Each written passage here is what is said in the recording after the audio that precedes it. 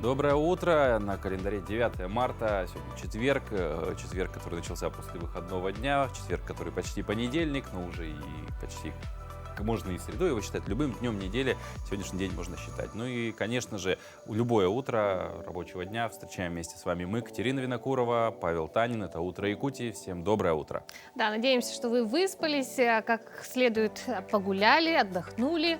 Ну и теперь с новыми силами, тем более остается всего пару дней отработать, имеется в виду официально. Сегодня и завтра. Да, это не может не радовать, и весна за окном, все хорошо. Сегодня в нашем эфире мы поговорим о следующем. Всемирный день почек отмечается сегодня, 9 марта. Современные технологии, 1000 спасенных жизней. Расскажем о людях, чьи жизни были спасены благодаря якутским врачам. Как инвестировать и как сберегать, как взять кредиты, на что обратить внимание. Все самое важное и интересное по финансовой грамотности. Поговорим об этом с нашим гостем. Сталь и чугун. Как хобби превратить в доход? Увидим, как иркутянин мастерит светильники из водопроводных труб. Необычные арт-выходные на завтрак к талантливой нерюнгринской мастерице Велене Мещан. Каждые арт-выходные приходят горожане, которые хотят самореализоваться и пообщаться с единомышленниками. Ну а сегодня состоится долгожданный концерт заслуженной артистки эстрады Розы Рымбаевой, который впервые пройдет в столице Якутии, Якутске. И специально для зрителей нашего телеканала, нашей программы Роза Рымбаева записала интервью. Ну, как видно, очень много интересного сегодня нас ожидает, поэтому не будем медлить. По традиции начнем с рассказов о погоде. Итак, сегодня в центральных районах на 6 часов утра температура воздуха составила 22-34 градуса мороза. В Заречной группе 26-37, в Южных 14-15, в Вилюйской группе 14-22, в Нижнеленских 19-26, а в Западных 13-20 градусов. В Колымы-Дигирской группе 29-43, в Янских 37-43 градуса. На северо-западе 21-33 градуса мороза. В 6 часов утра температура воздуха в городе Якутске составила 29 градусов, атмосферное давление 751 миллиметр ртутного столба, ветер северо-западный 1 метр в секунду. А сегодня днем нам обещают погоду без осадков, ветер восточный 2,7 метров в секунду. Температура воздуха днем составит 13-15 градусов. Сегодня, 9 марта, отмечается День нестандартно мыслящих людей. Выходящих за рамки нестандартного или шаблонного мышления людей нередко в истории при жизни воспринимали, мягко говоря, неоднозначно. Часто их не воспринимают всерьез, подвергают критике, называют чудаками. Однако именно попытки выйти за рамки стандартного мышления, найти подтверждение своим гипотезам чаще всего приносили человеку наиболее громкие и значимые научные открытия в области географии, физики, химии, освоения космического пространства и других сферах. Вот такой вот интересный день. Ну а какими событиями сегодняшний день также знаменателен, давайте узнаем.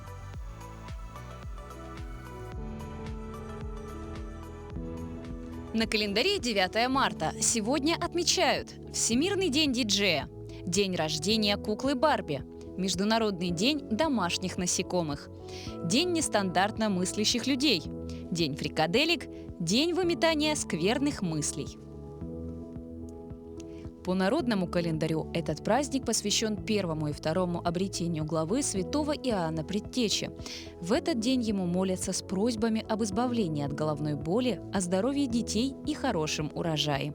В народе люди верят, что в этот день птицы обретают себе гнездо.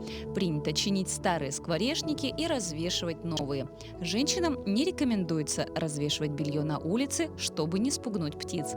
Громкий щебет синиц предвещает потепление. События в этот день. По указу Ивана Грозного в Москве издана первая печатная русская книга «Апостол». Вышла в свет первая печатная географическая книга на русском языке под названием «География» или «Краткое земного мира описание». В Санкт-Петербурге дана первая в Российской империи опера на русском языке «Цефал и Прокрес» Франческо Араи. Автором либретто выступил Сумароков. В этот день указом императора Александра I учрежден музей Московского Кремля. Основан английский футбольный клуб «Челси». Началось регулярное телевизионное вещание из Шаболовского телецентра в городе Москва. Открыта антарктическая научная станция «Лазарев». В этот день родились Америго Веспуччи, флорентийский путешественник, исследователь Америки. Тарас Шевченко, поэт и художник. Вячеслав Молотов, советский политический и государственный деятель. Леонид Кмит, советский актер театра и кино, народный артист РСФСР. Афанасий Кочетков, советский и российский актер, народный артист РСФСР. Юрий Гагарин, советский летчик-космонавт, первый космонавт Земли, герой Советского Союза. Лариса Голубкина, советская и российская актриса театра и кино, певица, народная артистка РСФСР. Орнелла Мути, итальянская киноактриса. Нойз МС, российский хип-хоп-исполнитель, рок-музыкант, композитор и актер. Именины сегодня отмечают Ян, Иларион, Иван. Ну а, собственно, мы уже в начале программы сказали, что поговорим сегодня о такой замечательной теме, о которой мы, в принципе, любим говорить, говорим достаточно часто по возможности. Это финансовая грамотность. Да, и сегодня в нашей студии директор по администрированию Аргыс Кредит. Это Мария Минякова. Мария, здравствуйте. Доброе утро. Вот ваша компания уже второй год проводит курсы по финансовой грамотности. Ну, в принципе, очень такое полезное для общества дело. Почему решили проводить вообще такие курсы и насколько они востребованы? Ну и можно ли как-то вот за 2 года проследить, чаще люди приходят на курсы, потому что хотят, или, может быть, начинают реже приходить, то есть люди уже, в принципе, грамотными стали и потребность в курсах падает? Вообще цель нашей компании «Аргыс Кредит» — это воплощать мечты, чтобы у каждого жителя Якутии, чтобы они могли воплощать мечты о благополучной жизни. Например, чтобы имелось качественное образование, комфортный дом, возможность путешествия, накопления. И для реализации вот данного проекта наш «Аргыс Кредит» сделал первый шаг, это разработал курс по основам финансовой грамотности. На этом курсе даются очень конкретные и полезные уроки для того, чтобы правильно использовать деньги. Например, за последние 2 года у нас уже обучилось, за последние 2 месяца, можно сказать, более 50-60 человек. Это такая хорошая тенденция, я считаю. Очень много людей обучаются в данное время. А курсы именно конкретно направлены на тех, кто вот считается вашим пайщики, да, как правильно? Нет, любой может оставить заявку и начать обучаться. Только для взрослых? Да, можно сказать. Вообще вот вкратце, да, подробнее о курсах, да, то есть какие моменты, да, вот какие базовые вещи человек приходит и может подчеркнуть оттуда? Курс состоит из 11 полезных конкретных уроков с домашними заданиями. Домашние задания позволяют, получается, именно теорию, теоретические знания применить уже на практике, что это очень эффективно. Курс у нас ведет наш специалист, получается, и этот курс позволяет именно грамотно распределять свои финансы, тем самым планировать свои будущие расходы и доходы. Мария, скажите, те, у кого есть кредиты, да, еще хуже, если и долги, да, какие-то, вот как может помочь курс по финансовой грамотности таким людям? Конечно, он будет полезен только тем, кто именно эти знания будет применять в жизни. Вот эти знания очень полезны, и даже с этими знаниями можно закрыть не только небольшие долги, но также и крупные суммы денег. Главное — это правильное применение этих навыков. В принципе, все звучит так обнадеживающе и прекрасно. А как, куда прийти, как записаться? Сколько раз в неделю, может быть, проходят курсы? Каждый месяц мы наполняем группу. Получается, заявку можно оставить на нашем сайте argyskredit.ru, либо позвонить по номеру 25 83 25 и оставить заявку. Все очень просто. А какие еще услуги, да, ваш кооператив предоставляет, вот помимо таких полезных, как курсы по финансовой грамотности, может быть, еще что-то для населения? Да, ну, основной деятельностью кооператива это является предоставление займов и накопление сбережений у физлиц и юрлиц. На территории республики у нас 10 офисов, и в каждом из офисов мы продвигаем идею о повышении именно качества жизни населения. Поэтому нам очень важно, чтобы население как можно больше обучалось финансовой грамотности. Ну, вот вы сказали, что полезно будет, да, посетить курс тем, у кого и кредиты, да, и долги. А чаще всего с какими проблемами приходят? Ну, в основном с такими, да. То есть есть проблемы, когда люди не знают, как начать накапливать деньги, какой сделать первый шаг. И там как раз-таки даются вот эти вот полезные советы. Да, знаем, что никогда не поздно начать учиться финансовой грамотности в любом возрасте. Да. Ну а вообще в целом, да, если мы уже говорим про финансовую грамотность, ну, грубо говоря, может быть, не в двух словах, да, но вот максимально емко, можете ли сформулировать вот этот базис финансовой грамотности человека, то есть на чем он основан всегда? В первую очередь, самый первый шаг нужно сделать личное финансовое планирование, то есть посчитать все свои доходы и все свои расходы, то есть сделать некий анализ своего состояния и оттуда уже смотреть, что можно сделать, что улучшить, а что нет, что оставить. А сколько обычно вот проходит урок, курс? Проходит он ровно 4 недели. Вот, да. Достаточно так продолжительно, да? Да. Ага. Получается 11 уроков с домашними заданиями. У нас есть куратор, он домашние задания проверяет. У каждого обучающего есть возможность задавать вопросы. Очень хорошая обратная связь именно во время обучения. Мария, давайте еще раз напомним, как можно записаться на курс по финансовой грамотности. Можно позвонить по номеру 25 83 25, либо оставить заявку на сайте argyskredit.ru, и вам точно перезвонят и запишут вас на курс. Ну а курсы проходят в офлайн формате, в онлайн формате? Онлайн. Онлайн. То есть весь какая-то теория, ее почитали, потом отправили туда же свою домашнюю работу и так далее. Очень удобно. Очень, на самом деле, удобно. Мария, спасибо большое. Ну, было благое дело, надеюсь, будет процветать, и больше людей придут, и больше людей познают финансовую грамотность. Как отрадно, что так много организаций, да, сегодня проводят такие полезные вещи. Да. Спасибо большое. Ну а прямо сейчас короткая пауза, после которой мы вернемся и продолжим наш эфир. Оставайтесь с нами.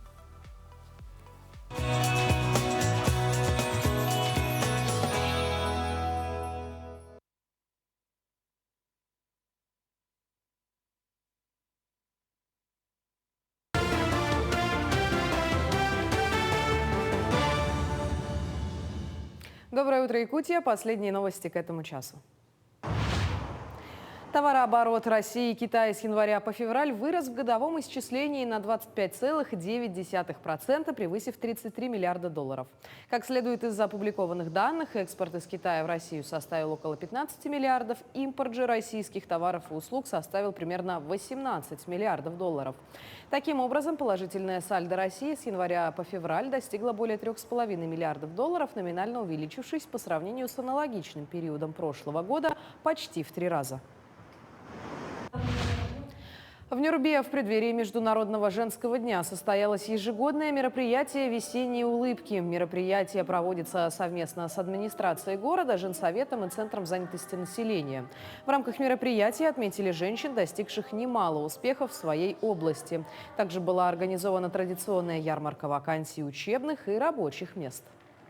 Мы традиционно проводим это мероприятие «Саски Мичардер» уже 6-й год. И в связи с этим поздравляем всех наших женщин города Нюрба, республики с этим весенним праздником. Насчет ярмарки вакансий для женщин, на наш взгляд, молодые женщины, особенно молодые мамочки, они часто находят себе постоянное место работы, что очень отрадно для нашего района и для нашего города. Финансирование геологоразведки в республике в прошлом году достигло 50 миллиардов рублей. Выделяемые средства увеличили в 2 раза. Их направили на поиск, открытие и разведку новых месторождений нефти и газа, благородных металлов и алмазов.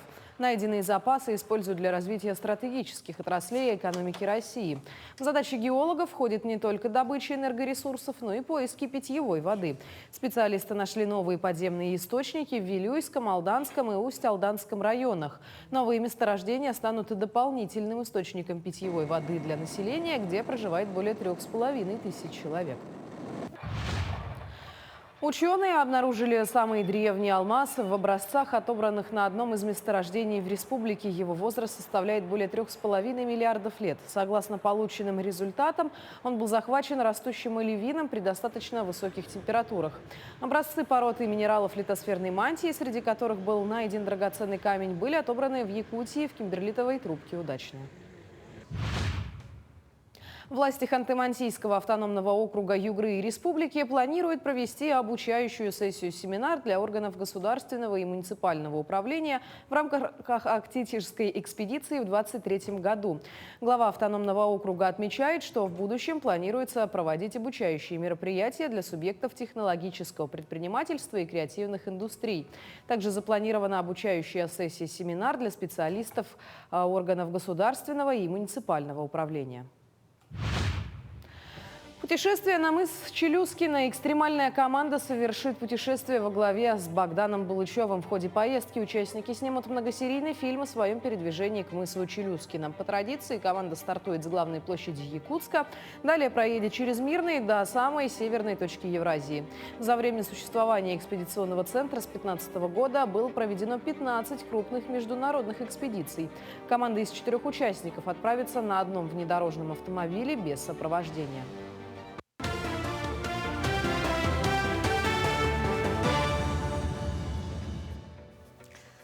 Доброе утро! Сегодня состоится долгожданный концерт заслуженной артистки эстрады Розы Рымбаевой, который впервые пройдет в Якутске.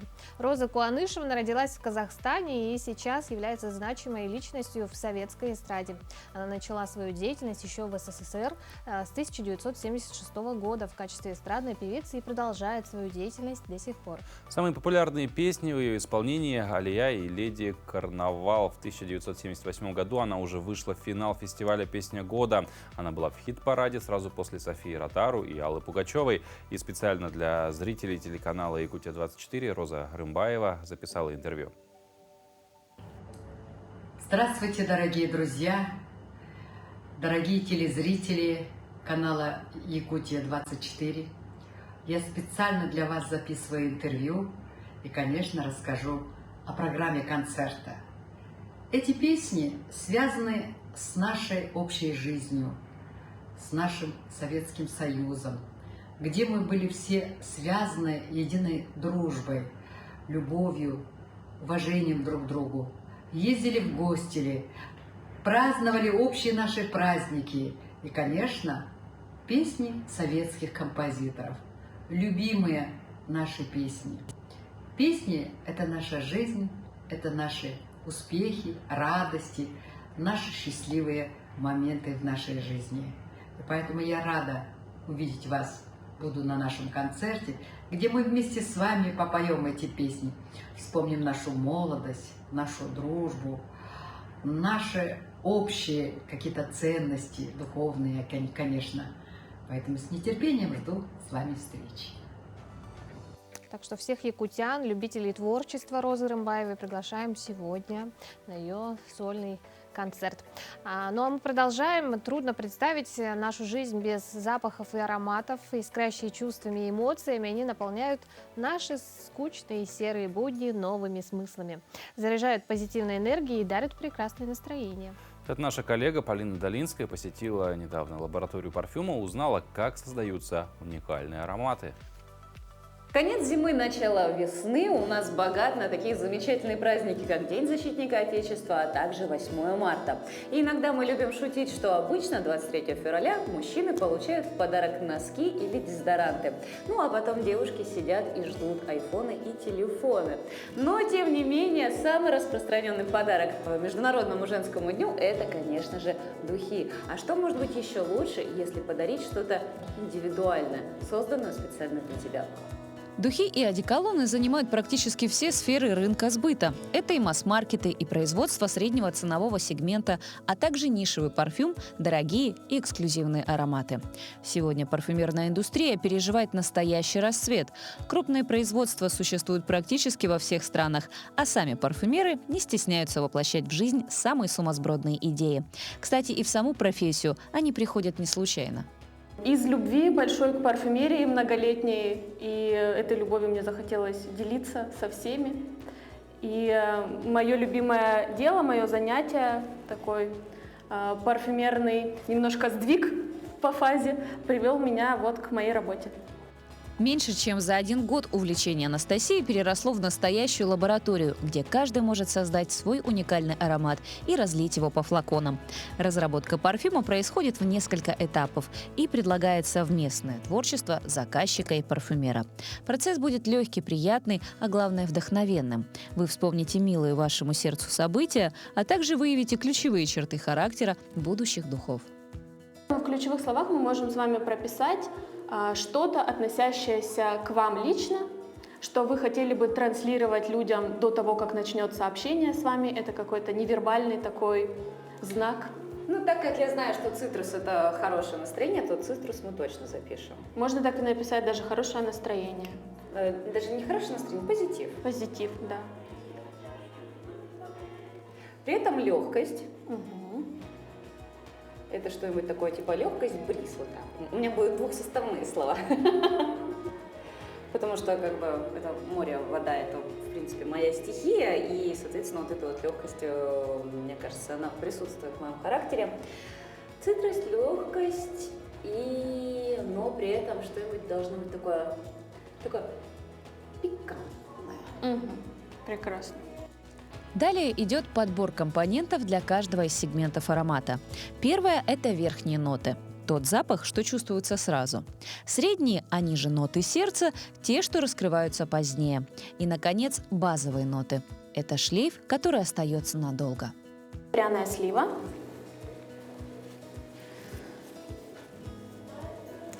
Очень далеко где-то. Ну, он тоже такой, как персик. Угу. Он тоже синтетический, как и персик. После того, как все необходимые составляющие выявлены, происходит расчет формулы для каждого компонента. Необходимое количество миллилитров, чтобы ни один из запахов не заглушил другой. А после самое приятное – смешивание и, наконец, первая примерка. Ваш парфюм готов. Но для более лучшего эффекта его можно оставить в темном месте на 2 недели, чтобы он по-настоящему раскрылся. Анастасия, большое спасибо. Мы действительно угадали, прям попали в самое сердце. То есть мы буквально запаковали меня во флакон. Парфюмерная я нашли. Да.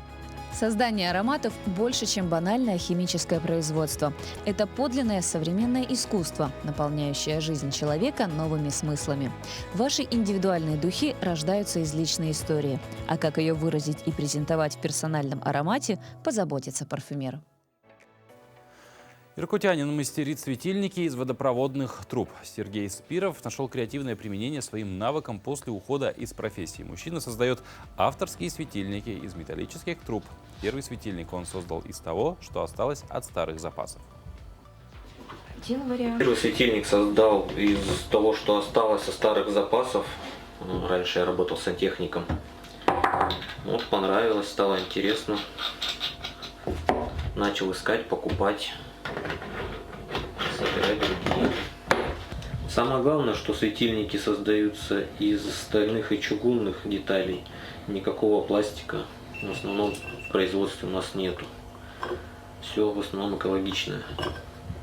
Что может подвергнуться вторичной переработке. То есть можно запросто его потом сдать в металлолом, если вдруг станет ненужным. Сергей отметил, что одно из преимуществ изделий из сантехнических материалов – экологичность. По словам мастера, уже 3 десятка минималистичных изделий обрели хозяев среди знакомых и друзей Сергея. А теперь и появились первые клиенты.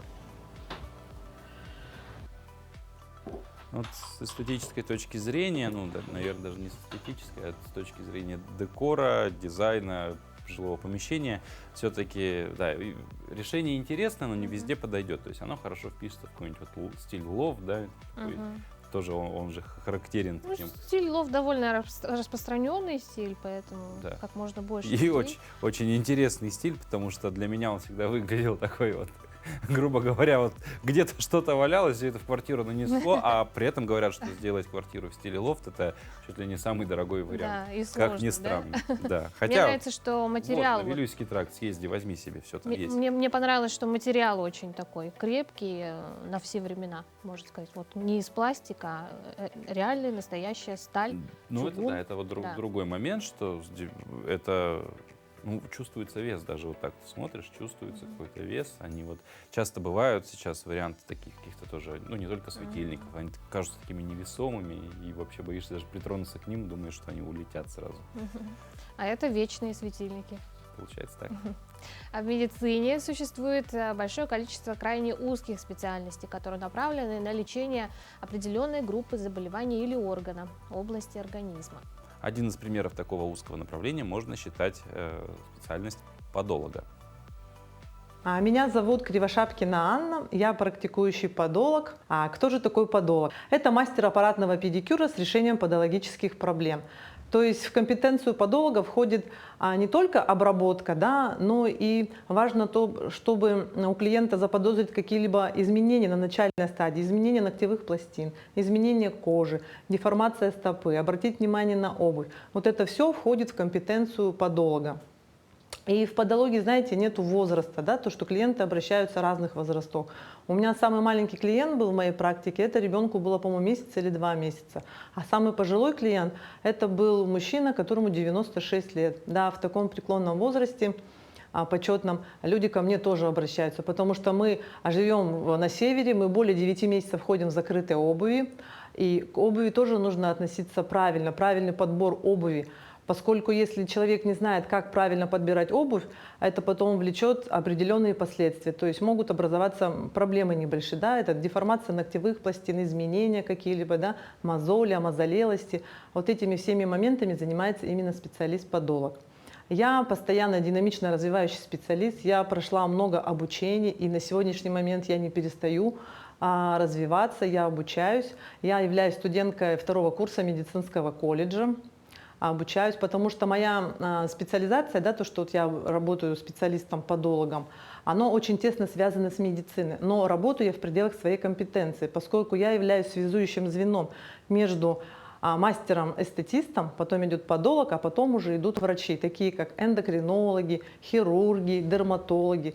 С этими врачами я обязательно сотрудничаю, потому что иногда бывают такие случаи, когда клиенту необходимо дать, помимо рекомендаций, именно поделиться контактами специалистов, чтобы отправить его именно к специалисту. Почему мне нравится моя профессия? Мне нравится тем, чем я занимаюсь, поскольку я, помимо того, что я работаю, я помогаю людям. Вот эти слова благодарности, когда ты человеку помогаешь избавиться от той или иной проблемы, оно вызывает такой восторг, то, что когда клиент на тебя с такими глазами смотрит, благодарить тебя, это стоит очень многого, поверьте мне. Ну, а к талантливой нерюнгринской мастерице Велене Мещан каждые арт-выходные приходят горожане, которые хотят самореализоваться и пообщаться с единомышленниками. Хозяйка мастерской «Этностиль» организовывает творческое пространство, территорию, куда может прийти каждый желающий заняться творчеством, а также креативной деятельностью. Давайте посмотрим, как проходят такие завтраки. Горячий кофе и конфеты с корицей. Так начинается сегодняшнее утро в творческой мастерской «Этностиль» Велены Мещан. У нее гостят художник Аграфена Пономарева и желающие окунуться в мир творческой атмосферы. У нас было уже несколько завтраков с художников, значит, и они начались очень давно, потому что мы с Аграфеной Семеновной давно общаемся на творческой почве, ездили на дачу, рисовали в разных местах. Вот, и вот официально мы этим начали заниматься буквально там неделю назад. Люди разных профессий возьмут в руки кисти и будут писать пейзаж под руководством профессионального художника. Для преподавателя, которая посвятила больше 20 лет работе с детьми, подобные мастер-классы для взрослых – это как новый виток к творчеству, и не только. Приходят самые разные люди, ну, то есть люди самые разные специальности, да, электрики, педагоги, да, те, кто сидят по уходу за детьми, но люди самые-самые разные профессии. И это очень интересно, и нас как бы объединяет именно творчество. Вот. И это меня вдохновляет. Атмосфера в студии царит теплая и уютная, где каждый, забыв свои проблемы и заботы, превращается в ребенка и начинает рисовать свой мир.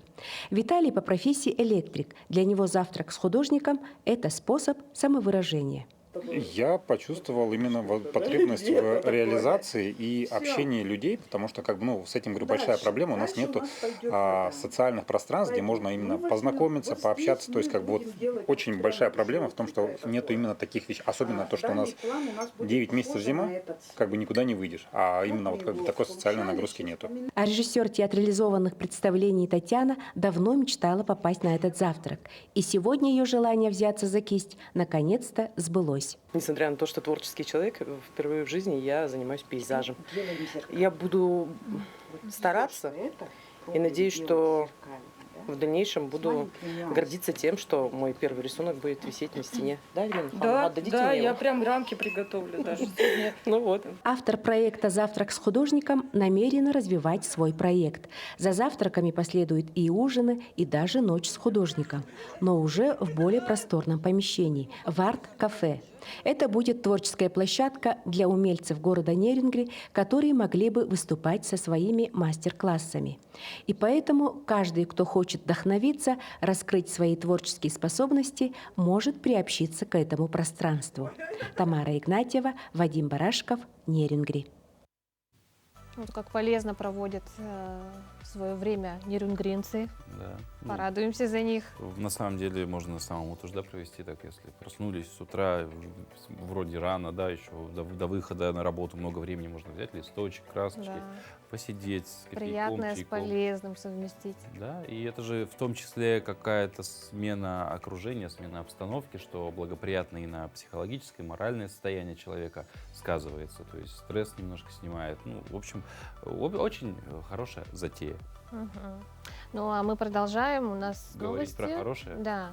Новости из мира науки. Науки, твои любимые. Ученые из Петербурга разработали умную перчатку. Специалисты Санкт-Петербургского государственного электротехнического университета создали умную перчатку, с помощью которой можно в режиме реального времени управлять манипулятором при проведении операций. По утверждению петербургских изобретателей, их устройство дешевле и долговечнее существующих аналогов. Для управления роборукой оператор должен надеть обычную перчатку, каждый палец которой снабжен сенсорами. Передатчики преобразовывают данные о движениях кисти в сигнал и отправляют их через Wi-Fi манипулятору, который в свою очередь обрабатывает полученные данные и повторяет движения человека. Специалисты планируют создать и маленькие перчатки для детской руки. По словам ученых, о будущей стоимости умной перчатки пока рано говорить, однако специалисты уверены, что их разработка будет дешевле и прочнее аналогов, так как при создании гибридных электродов не используются дорогостоящие реагенты. Ну, какая полезная вещь. Да. В медицине.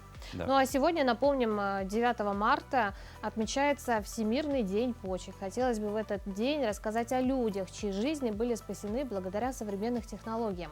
Большой вклад в изучение и лечение болезней почек внесли якутские врачи. В Якутии операции по пересадке почек начали выполнять с начала 2000-х годов, и уже сотни людей благодаря этому живут полноценной жизнью.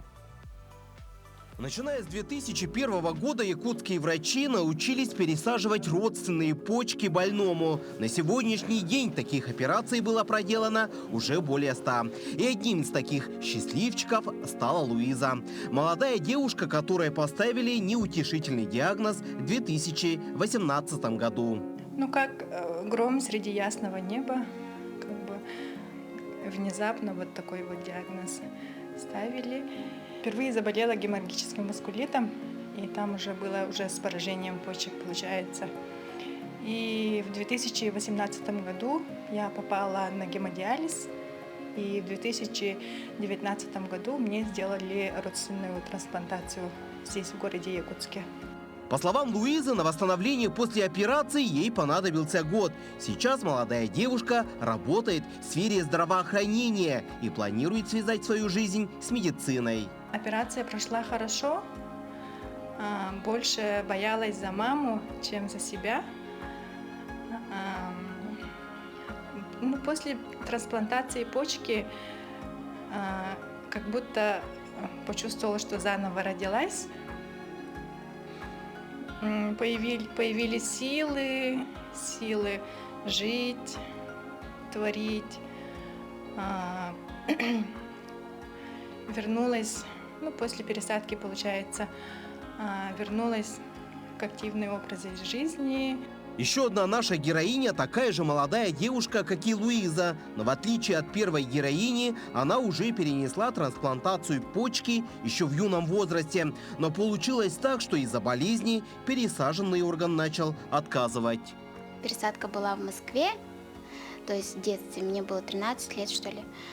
И потом эта почка у меня проходила 5 лет. Потом в связи с тем, что я сильно заболела гриппом, перестал функционировать. Удалили мне его в 2012 году, то есть с 2012 года я нахожусь на диализе, уже 11 лет. Сегодня врачи ищут Надежде донорский орган для пересадки. Так как она является приемным ребенком, пересадить родственный орган не представляется возможным. Как раз именно это и затрудняет поиски донора. Но Надежда не унывает. Она также живет полной жизнью, занимается спортом и надеется на чудо. Также хочу развивать то, что я начала, то есть инструктором по тренеру, работать также. В скорейшем хочу быстрее поехать на пересадку, пересадиться и не зависеть от диализа искусственной почки и жить полноценной жизнью. Сейчас родные и близкие начали сбор денег для операции Надежды. И если вы хотите помочь нашей героине, то можете перечислить на ее счет свои средства. Реквизиты вы видите на своих экранах. Ведь у Надежды есть все шансы стать такой же здоровой, как и все мы. И каждый имеет право на счастливую, долгую жизнь. Дмитрий Тымыров, Виктор Дичковский, Якутск. И мы продолжим тему сегодняшнего дня, Всемирного дня.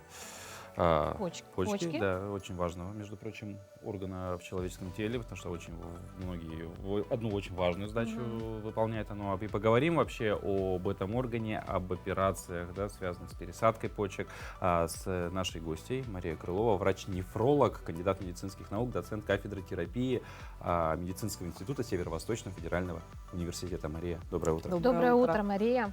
Ну, какие сигналы, да, могут, давайте для начала поговорим, могут... Вообще стоит сказать, что почка в первую очередь, она помогает фильтровать кровь. Да, все верно. Но помимо этих функций, почки обладают рядом других еще важных функций. И на что нужно обратить внимание в первую очередь, это любое изменение мочи. То есть это изменение цвета и количества. Также очень важно обращать внимание на отеки, которые не проходят и, допустим, со временем только нарастают. И третий, я бы сказала, важный симптом – это давление. Почки регулируют не только фильтрацию, да, вот, с помощью фильтрации крови наш организм, но и поддерживают артериальное давление. Если у молодого человека начинает вдруг повышаться артериальное давление, следует обратить на это внимание. Ну и в-четвертых, я бы, наверное, еще отметила, что такие пациенты, как больные с, допустим, сахарным диабетом, сердечно-сосудистыми заболеваниями. Все ревматологические больные, они должны помнить, что их заболевание может оказать влияние на То есть почки. они больше подвержены. Да, конечно. Группа риска получается. Ага, ну вот вы сказали про отеки, да, отеки и конкретно именно на определенных частях тела или по всему? Ну, не обязательно, они могут быть, допустим, только параорбитально, это в районе глаз, и также вплоть до всего тела. То есть, резюмируем, закрепим: отечность у нас, повышение давления, изменение цвета Мочи. И количество мочи. И количество. Опять же, да, вот изменение, оно именно в какую-то сторону изменяется, или может и туда и больше, и меньше, неважно, просто вообще нестандартное поведение, скажем. Действительно, вы правы. Либо резкое уменьшение количества мочи, или даже, допустим, количество вроде бы такое же, как всегда, но она становится бесцветной, с неприятным запахом и изменением цвета. Это все повод обратиться за консультацией. Да. Ага. А хроническая болезнь почек, что это такое? Ну вот хроническая болезнь почек, как я уже сказала, это такое понятие, когда пациенты имеют не обязательно только заболевания почек. Это могут быть любые болезни, вот я уже перечислила, еще раз повторюсь, это сахарный диабет, ревматологические болезни и все сердечно-сосудистые заболевания. И вот если у таких пациентов появляются какие-либо изменения в анализах мочи, уже любой доктор может поставить такой диагноз — хроническая болезнь почек. И, к сожалению, она не излечивается нигде в мире и только прогрессирует. И прогрессирует до своей терминальной стадии. Но по словам врачей, вообще болезни почек очень часто протекают бессимптомно, особо вот каких-то вот ярких симптомов. Они не доставляют пациенту неприятностей. И, грубо говоря, ну, будем откровенны, у нас может быть менталитет такой или что в стране: пока не болит, пока не тревожит, нормально. В больницу не идем. Да. Чем чревато вот такое отношение в случае с почками? Ну, вот как мы уже сказали, это формированием хронической болезни почек. И она будет потом протекать постадийно, доходя до, ну, как скажем так по-простому, до отказа. И важно помнить, да, что каждый гражданин нашей страны обязан проходить диспансеризацию. После 18 лет это каждые 3 года, и после 40 ежегодно. Вот, ну, говоря про термальную стадию, то есть отказ почек, единственным лечением в этом случае, наверное, является пересадка почки. Или же еще... Нет, есть 3 вида, скажем так, заместительной почечной терапии, когда с помощью врачебных мероприятий медицинских поддерживается функциональность организма. Это 2 вида диализа, да, когда кровь очищается экстракорпорально, то есть вне тела с помощью искусственной почки. И 2-й вид — это перитониальный диализ. Но для пациента, естественно, по качеству жизни самый лучший вид — это пересадка почки. Это, кстати, одна из, наверное, самых распространенных трансплантологических операций, в принципе. Да. И вот в связи с этим, и в Якутии первую пересадку почки, мы уже говорили, в начале нулевых годов сделали. Есть ли у нас вообще сегодня в республике, может быть, банк данных, да, банк доноров почек или что-то подобное? Как вообще их доноров находят для этого? Ну, вообще банка доноров в России нет. Да, и все законы, касающиеся трансплантации органов, они регламентируются только государством. То есть не может там, допустим, какая-то организация или республика самостоятельно решать эти вопросы. Принят закон, да, по трансплантации, и существует 2 вида. Это от родственника, да, от прямого, близкого родственника, и так называемая кадаверная — это трупная трансплантация. Но как специалист я хочу сказать, что, конечно, в идеале лучше, конечно, это кадаверная трансплантация. Потому что, ну, как бы родственник, понятно, он готов на все, да, но мы же понимаем, что лучше взять уже орган, который, скажем так, прослужит теперь другому человеку, верой и правдой. Но в случае бывает, ну не случаи, да, насколько может быть распространено или вообще такого не бывает, чтобы, вот вы сказали, кадаверная, есть от родственников, бывают, допустим, когда донорами выступают там совершенно незнакомые люди, там, ну, просто вот там у них сходится группа крови, может быть, или что-то такое. Нет, в России такого делать нельзя. Да? Все абсолютно должно быть открыто. и ну, официально. Да?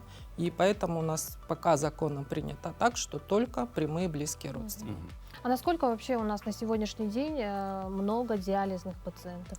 Становится ли их больше? Пациентов ну, достаточно много, если вот примерно на 1 миллион экстраполировать, да, население республики, это около 600 больных. Ну, это примерно средний показатель.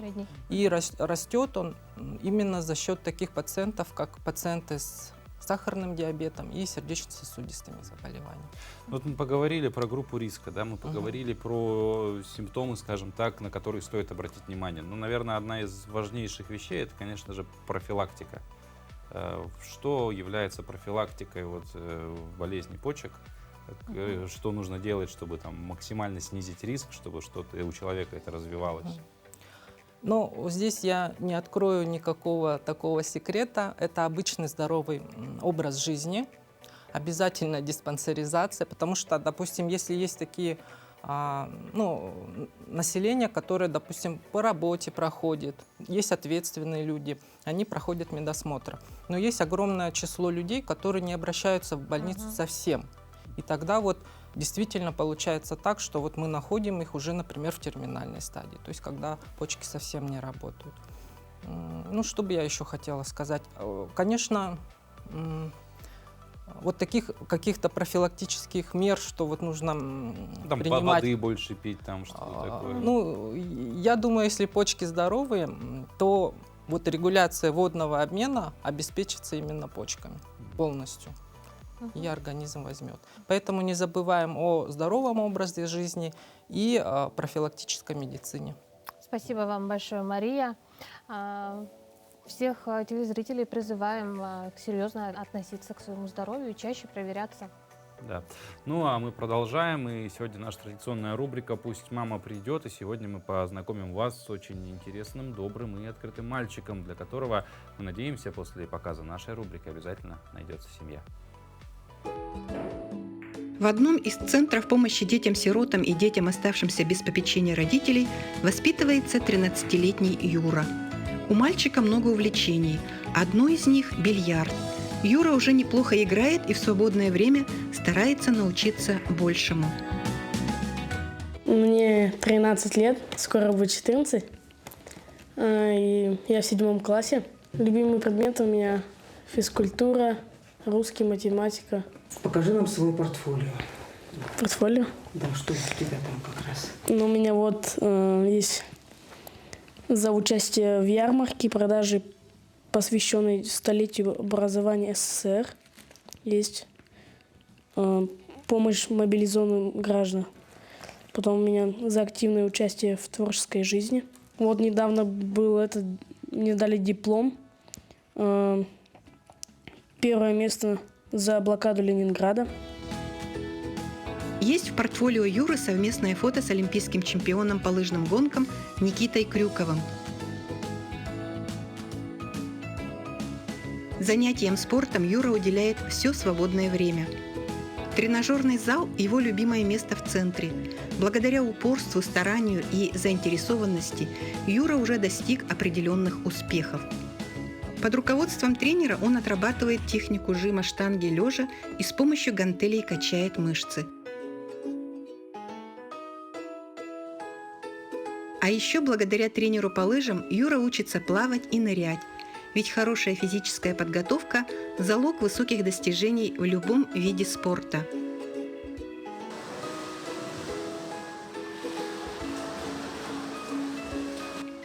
Бассейн Юра посещает каждые выходные, не пропуская ни одного сеанса.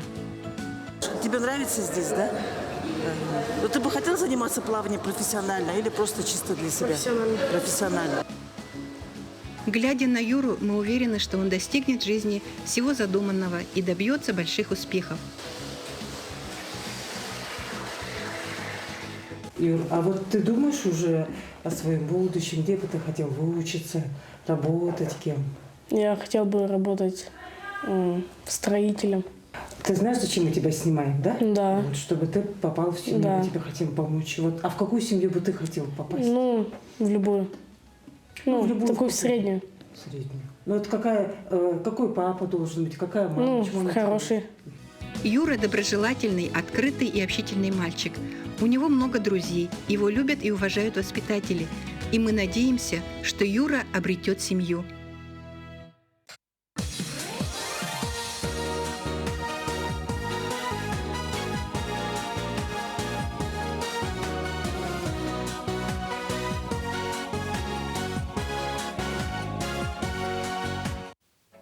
Ну а завершаем мы наш выпуск свежим выпуском новостей. Передаем слово Надежде Саханской.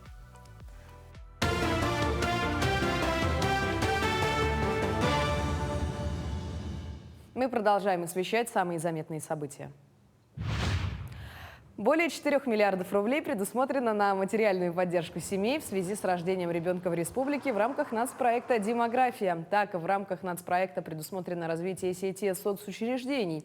Только в начале года был открыт дом-интернат в Алекминске, продолжится строительство дома-интерната в селе Намцы, и с этого года стартует проектирование дома-интерната для инвалидов и престарелых в селе Мата Мигино-Кангаласского района. Последние 250 обманутых дольщиков в Якутии получат свои квартиры в этом году. Над проблемой обманутых дольщиков проведена большая работа. Из 14 объектов нерешенными остались 3. 2 многоквартирных дома будут достроены в этом году. Судьбу 3-го объекта с нежилыми помещениями решают юридические службы путем внесения соответствующих изменений в закон. Делают это для того, чтобы можно было решить сложившуюся ситуацию. В этом году в республике проведут капитальный ремонт 57 объектов в 26 муниципальных образованиях. Из них 15 объектов расположены в арктической зоне. Работы ведутся в рамках федеральной программы «Модернизация школьных систем образования», реализуемая по поручению президента страны Владимира Путина. Для этого выделены федеральные субсидии на сумму более 2,5 миллионов рублей. В данное время идет работа по заключению контрактов и закупу оборудования. Капитальный ремонт и оснащение школ должны полностью завершить до начала нового учебного года. Медицинские чаты для помощи пациентам начали работать в Якутии. Граждане республики могут связаться с медорганизациями для справочных вопросов и обращений в мессенджере Telegram по федеральному проекту «Здравконтроль». Вопросы могут быть связаны с записью к врачу, вызовом врача на дом, получением льготных лекарств, нарушением этики. Отметим, что отвечать на вопросы будут специалисты. Время работы ежедневно с 8 утра до 8 вечера с понедельника по субботу. Однако в чатах нельзя получить консультации по лечению, работе скорой помощи, вопросам экстренной госпитализации и постановки диагноза. Ссылку на телеграм-чат можно узнать в поликлинике. Целью данного проекта является создание коммуникации между населением и органами здравоохранения. То есть сам проект подразумевает создание чата, где работают профильные специалисты, где любой гражданин может задать определенные вопросы касаемо его здоровья или организации медицинской помощи, в том числе и в части оказания высокотехнологической медицинской помощи и так далее. В Накыне на технологический транспорт устанавливают систему антисон. Она предназначена для повышения безопасности дорожного движения. С помощью камеры система отслеживает действия водителя и контролирует признаки усталости. За счет раннего обнаружения система предупреждает о причинах возможных дорожно-транспортных происшествиях, которые можно сократить. При срабатывании подается сигнал на монитор, установленный в кабине водителя. И водитель, видя этот сигнал, должен принять все меры, исключающие срабатывание этой системы. При усталости он должен немедленно остановиться, либо прекратить разговоры по телефону, прием пищи, пристегнуться ремнем безопасности во время движения. Антисон в Накыне устанавливают с середины января. На Нюрбинской площадке планируется установка около 80 комплектов системы. Это делается в рамках повышения безопасности движения на всех объектах Алроса. К этому часу это все новости. Хорошего дня.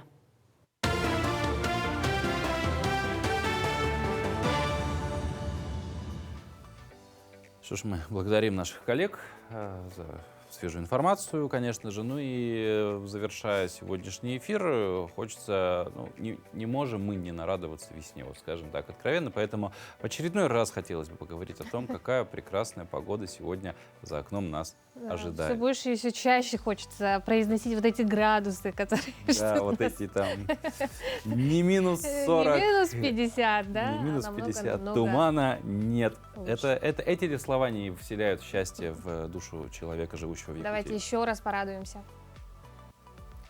Итак, сегодня в центральных районах на 6 часов утра температура воздуха составила 22-34 градуса, в заречной группе 26-37, в южных 14-15, в Вилюйской группе от 14 до 22, в Нижнеленских 19-26, в западных 13-20 градусов. В Колымо-Дигирской группе от 29 до 43, а 43 у нас зафиксировано в селе Хану. В Янских 37 в Батагае, 43 в Депутатском.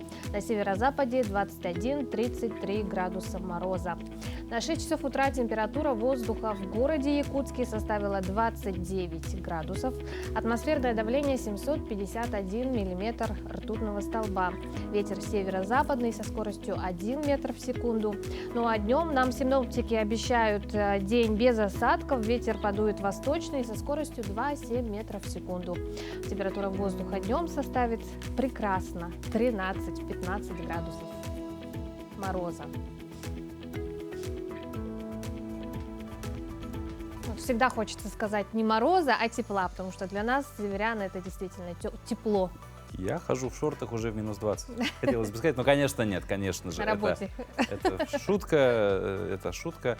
Тем не менее, погода действительно хорошая, и выходные уже приближаются. Вчера был выходной, послезавтра уже будет новый выходной. И с такой температурой это прекрасный повод провести, конечно же, эти выходные ближайшие на улице, где-то в парке прогуляться по городу и так далее.